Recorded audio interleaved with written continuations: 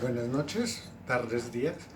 En este video voy a recopilar un poco las discusiones que hemos tenido a lo largo de este segundo corte, el cual empieza hablando un poco del MIPG, pues lo cual, como ya sabemos, buscó o logró unificar ciertas nociones como el sistema de desarrollo administrativo, que tiene, digamos, la noción de planeación, estrategia y administración, también la calidad de un sistema de gestión y un control interno. En función de esto, pues se buscó unificar para elevar el índice de desempeño institucional tanto a nivel territorial como a nivel institucional.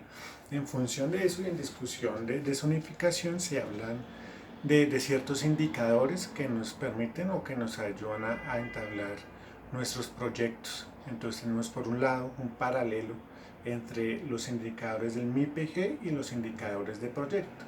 Digamos que la diferencia entre programa y proyecto radica en su dimensión. El proyecto es un poco más particular, que busca incidir en, en dinámicas concretas, en ciertos temas particulares, y el programa agrupa todos estos proyectos que tienen incidencia en pequeñas cositas y los agrupa para tener una visión mucho más amplia. Es decir, el proyecto es más particular, en cambio el programa es una visión más general. Entonces, en este paralelo de indicadores tenemos en el MIPG el indicador de efectividad, que en proyectos sería indicador de impacto. Lo que nos dice esto es medir, porque los indicadores lo que buscan es medir si el proyecto que se realizó o en su efecto el programa logró satisfacer las necesidades que tenía que satisfacer, es decir, si la población en general o el grupo al que iba diseñar este proyecto, este programa, en realidad le sirvió pues el proyecto o programa. Por otro lado tenemos el indicador de eficacia en el MIPG, y en el indicador de proyectos es el indicador de resultados, el cual mide pues si los insumos, si se entregaron los insumos y los bienes que se planean en un primer momento. Ya no se mide si causó satisfacciones o si logró solucionar cierta problemática, sino al contrario, si se entregaron los insumos y los bienes que se propusieron en un principio, porque pues digamos que ahí ya se complementa un poco la satisfacción. Se tendría una noción: si se entregaron ciertos bienes es porque se cumple el objetivo. Por otro lado tenemos el indicador de eficiencia, que en proyecto sería indicador de producto, el cual busca analizar todo el proceso que se llevó a cabo, no solo el resultado final, sino el cómo se hizo, si los recursos que se utilizaron fueron bien utilizados, si se utilizó más recursos de lo esperado, menos recursos de lo esperado. Entonces esto ya no busca solo el resultado final, sino todo el proceso, lo cual pues es muy valioso. Pues por último tenemos en el MIPG la calidad del desempeño en la economía, y en proyectos el indicador de gestión. Pues estos últimos indicadores, que en MIPG sería de calidad, desempeño, economía, y en proyectos sería el indicador de gestión, pues hace referencia más o menos a un indicador que hace una visión retrospectiva, que hace como un análisis interno a ver cómo fue el desempeño de los empleadores y cómo la satisfacción o cómo el intervalo de la satisfacción de los empleadores pues se traduce en la satisfacción de los empleados. Entonces, cómo analizar una visión retrospectiva y compararla a algo más amplio, algo más hacia afuera, algo introvertido para hacerlo más extrovertido, por decirlo de alguna manera. Bueno, después de hablar de los indicadores, se tiene que hablar del del ciclo de proyecto, el cual es fundamental pues, para incentivar un proyecto. Digamos, en el primer momento se entiende que se hace una evaluación ex ante, que es una formulación de lo que se necesita, y entender por qué es importante el proyecto, qué proyecto se tiene pensado para solucionar. Digamos, esa evaluación que se hace es un poco eh, un análisis, una visión de lo que se necesita para poder tener un punto inicial. Es el punto inicial de la realización del proyecto. Después se tiene que hacer el registro de inversión y programación del presupuesto, el cual habla sobre cómo vamos a lograr ese proyecto que íbamos a conocer en la evaluación ex ante. Es decir, si tenemos la economía, qué economía vamos a necesitar, cuál es la inversión y cuál va a ser nuestra cadena de valor. Después de ese paso, después de entender un poco cuál va a ser la inversión económica, si es viable o no es viable, se hace el seguimiento, lo que quiere decir que es que cada cierto tiempo esporádicamente se pide que las evidencias de los recursos que se están gastando, si efectivamente se están utilizando los recursos de la mejor manera o si se están despilfarrando en otras cosas que no son necesarias, si la cadena de valor se está cumpliendo, si en la cadena de valor hay algo que falta o algo que agregar. Después de, digamos, de ese seguimiento está la evaluación, que es ya la registración la registración de las metas. Es decir, a cierto tiempo la meta era construir tal cosa y la sinergia, que es el punto acá, pues lo que hace es evaluar si en realidad se cumplió esa meta. Y después se ve si se cumplió la siguiente meta y a lo último si se logró la meta de realizar todo el proyecto, recogiendo pues el análisis de todos los pasos del ciclo del proyecto. Listo, una vez entendido el ciclo de proyecto, es momento de hablar del presupuesto por resultados. Bueno, el presupuesto por resultado lo que quiere decir es un poco traducir eh, la inversión, que puede ser un poco abstracta, y traducirla a bienes concretos, es decir, vincularlo la asignación de recursos o darle valor a ciertos bienes en particulares que hagan parte de un gran programa. Es decir, que la inversión que sea se tiene que catalogar en los diferentes productos que se necesitan y así se le va a dar un valor pues a la cadena de valor. Y así no, pero de esta manera será más efectiva la comunicación y más efectiva las lógicas económicas, puesto que no solo se va a hablar como de una inversión o de un número económico un poco abstraído, sino que va a tener el aterrizaje a la realidad, porque se va a tener la noción de lo que se va a gastar en cada uno de los productos que se necesita para realizar el proyecto. Eso fundamentalmente permite que los proyectos puedan ser medibles, que no solo se vea el proyecto como en una lógica de algo que se realiza en un momento, es decir, que no solo se realiza en el fin, sino también se puede realizar en todo el trayecto, que uno no solo invierte en un proyecto, en un fin, sino también pueda invertir, o que la inversión se entienda con lógica, es que uno invierte en diferentes insumos que se convierten en ese fin. Y así es más medible pues la relación entre el inversor y el que realiza el proyecto, y por esto también se necesita pues entablar responsabilidades a la hora de entablar estos proyectos. Después de este presupuesto por resultado tenemos que hablar una evaluación por resultados, el cual tiene una jerarquización, o más que una jerarquización, una lógica lineal, del cual se cumple uno y se pasa al otro, del otro al otro y del otro al otro. Digamos, el primero se entiende como la evaluación operacional, la cual busca o evalúa los insumos, qué insumos tenemos y qué procesos llevamos a cabo, cómo estos insumos se están llevando, se están transformando en estos procesos. De ahí baja a la evaluación institucional, que entiende cómo estos procesos se van a traducir en productos, cómo los procesos que estamos llevando a cabo se están convirtiendo en un producto.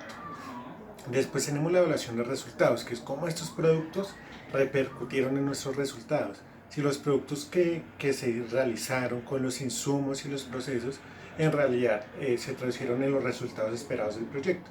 Por último, la evaluación de impacto. Lo que busca es si estos resultados en realidad solucionaron una problemática o solucionaron un inconveniente o subsanaron el problema que impulsó este proyecto. Después tenemos o hablamos del presupuesto, el cual pues toca tener en cuenta que se tiene que tener un compromiso a la hora de hablar del presupuesto, puesto que se relacionan pues dos entidades, ya sean dos entidades públicas o público y privadas. En función de esto, cuando se firma el compromiso, recaen ciertas obligaciones. Y esas obligaciones pues es crear o entablar un espacio de tiempo para realización del proyecto e intentarlos dividir para recibir los pagos. Es decir, a cierto tiempo yo tengo que presentar una vez el proyecto para que así el banco, ejemplo, me brinde otro pago para realizar el otro proyecto. Si no se hace eso, pues la comunicación es ineficiente y no habría no habría compromisos, y lo cual pues limitaría un poco las obligaciones del que realiza el proyecto.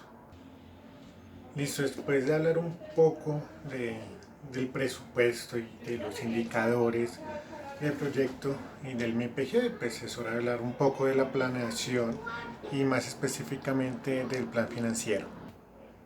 Pues el plan financiero hace referencia como a tener en cuenta lo que tenemos, por así traducirlo en proyectos y programas y proyectos.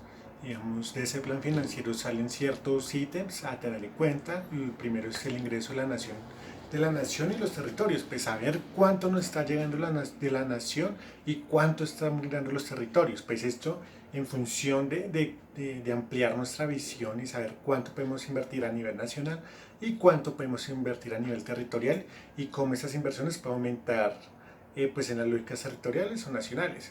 Después están los supuestos macroeconómicos, que hacen referencia, digamos, ya a la lógica un poco económica, el déficit que tenemos, la inflación, si tenemos inflación.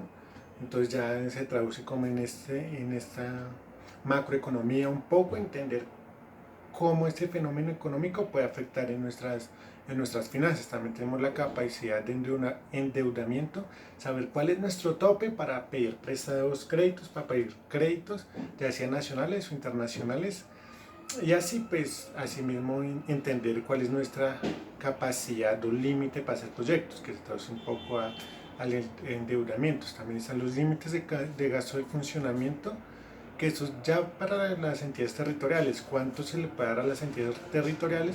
Pues para que puedan invertir en sus proyectos. Y por último están los pasivos exigibles y los pasivos contingentes. Los pasivos exigibles, pues son esos gastos que ya tenemos fijos, que ya sabemos que se va a ir la plata en eso.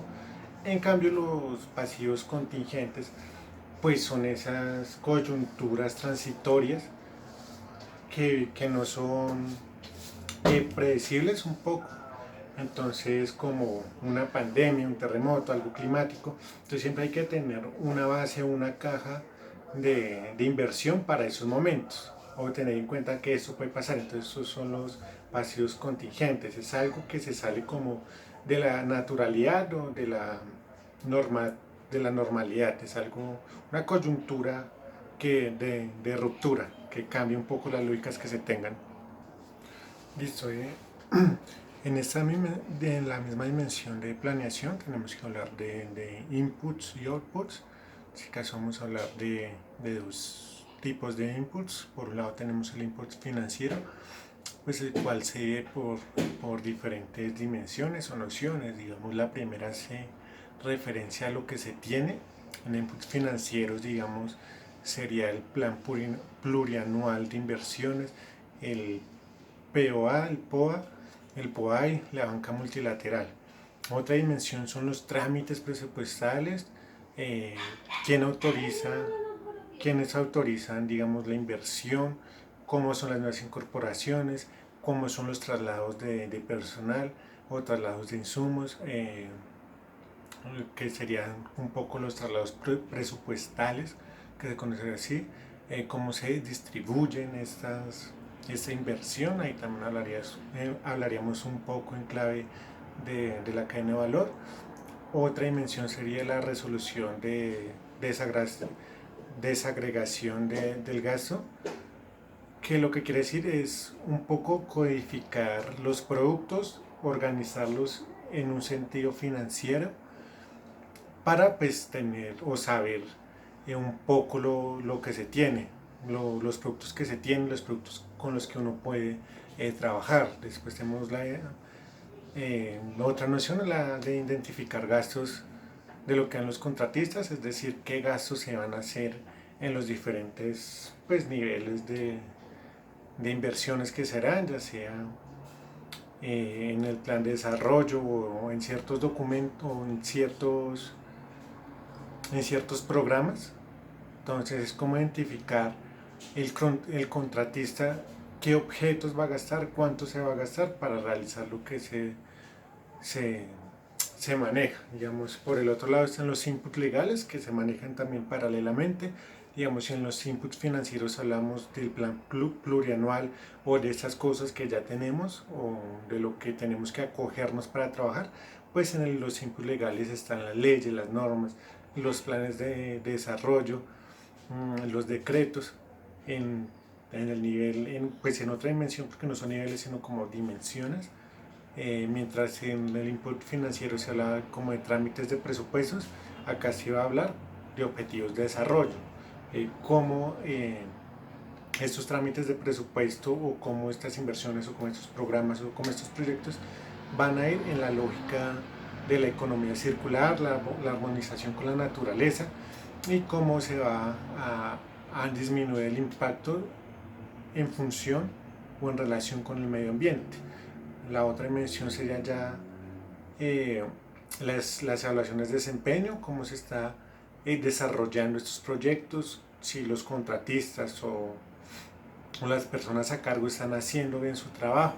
Es como un análisis interno. Y ya la otra dimensión es más la implementación de las dimensiones MIPG, como el cumplimiento de este sistema de gestión, si se cumplió, digamos, la planeación, si se hizo función de la estrategia, de la administración y de los métodos de control y evaluación, pues en función de entender si estos proyectos en verdad están funcionando en algo. En esta misma lógica, se tiene que hablar siempre en función de la economía circular, pues como ya dije, es en función de que los programas y proyectos tengan en cuenta el impacto a la naturaleza y que no se hagan muchos daños en cuanto a esta dimensión. De acá tenemos que hablar de la huella de carbono, que es más o menos saber los gases o cómo se está, o la maquinaria o digamos distintos insumos puede afectar a un nivel ambiental en función de la capa de ozono y del aire. En cambio ya la huella hídrica es cómo estamos utilizando el agua, si estamos utilizando más del agua que se debería o si el agua que estamos utilizando de dónde proviene, a ver si podemos limitar el uso del agua, de pronto estamos utilizando más, a ver, hacer estudios, a ver si se puede utilizar menos fuentes hídricas, si se puede reemplazar las fuentes hídricas por de pronto otros insumos. Más o menos estos inputs buscan o dan un punto de partida para sacar los resultados. Eso, pues por último ya hablar de los análisis de riesgo, cómo mejorar pues lo que se tiene. Digamos, por un lado tenemos el análisis externo que es la MEFE, que es un poco entender cómo factores o distintos factores de diferentes niveles pues agreden a nuestro proceso, a nuestro programa o proyecto, digamos. Se puede entender de una manera macro, que pues ya son condiciones ambientales o económicas exteriores que van más allá de las lógicas de proyecto. Y también se puede entender en función de amenazas micros, como clientes, entidades, propios trabajadores que no cumplan su labor. Y también en función de eso entender cuáles son nuestras oportunidades de crecimiento y consolidación de la entidad. La MF no solo busca entender de una manera o entender cuáles son las amenazas externas que pueden afectar el proyecto, sino también entender cómo entender el exterior para así hacer nuestro crecimiento y consolidar nuestra empresa, los factores del exterior que nos permitan crecer, qué entidades vecinas pueden ayudarnos, etc. Eso es una visión macro o abstrayente del proyecto, de la empresa, del programa. Y el análisis MEFI es lo contrario, entender o hacer una revisión interna de nuestro proyecto, de nuestro programa, lo que obviamente debilita, lo que está debilitando, ya sean las capacidades directivas, competitivas, financieras, tecnológicas o de talento humano, y las fortalezas, qué decisiones podemos tomar para reducir, pues digamos, estas debilidades que nos atañen. Asimismo, toca tener en cuenta también la filosofía de la empresa o cómo se está desarrollando el programa o el proyecto, pues es una filosofía netamente conservadora que no busca grandes cambios o innovación grande. Yo creo que con esto ya abarqué un poco los temas que hemos hablado, tal vez se me quedan por fuera varios porque vimos bastante, posiblemente no explique la mejor manera algunos porque se me complica un poco adelante las cámaras, sin embargo considero que la lógica y la planeación, sus diferentes dimensiones, sus diferentes objetivos, pues se cumple el objetivo de este video. Muchas gracias.